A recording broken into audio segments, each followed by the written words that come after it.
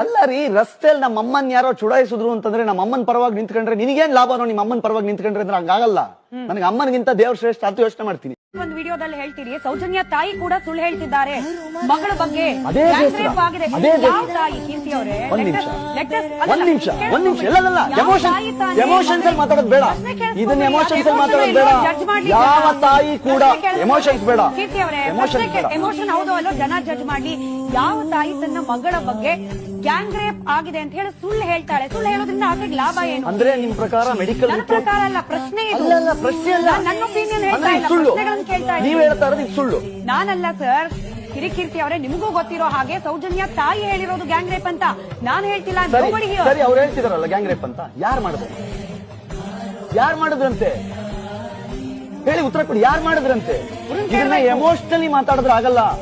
ಇದನ್ನ ಟೆಕ್ನಿಕಲಿ ಮಾತಾಡಿ, ಮೆಡಿಕಲಿ ಮಾತಾಡಿ, ಲೀಗಲಿ ಮಾತಾಡಿ. ಯಾವ ತಾಯಿನೂ ಹೇಳಲ್ಲ ಅನ್ನೋದೇ ನನಗೂ ಇದು ಆತಂಕ. ಯಾವ ತಾಯಿನೂ ಹೇಳಲ್ಲ, ಯಾಕೆ ಹಿಂಗ್ ಹೇಳ್ತಿದ್ದಾರೆ ಅಂತ.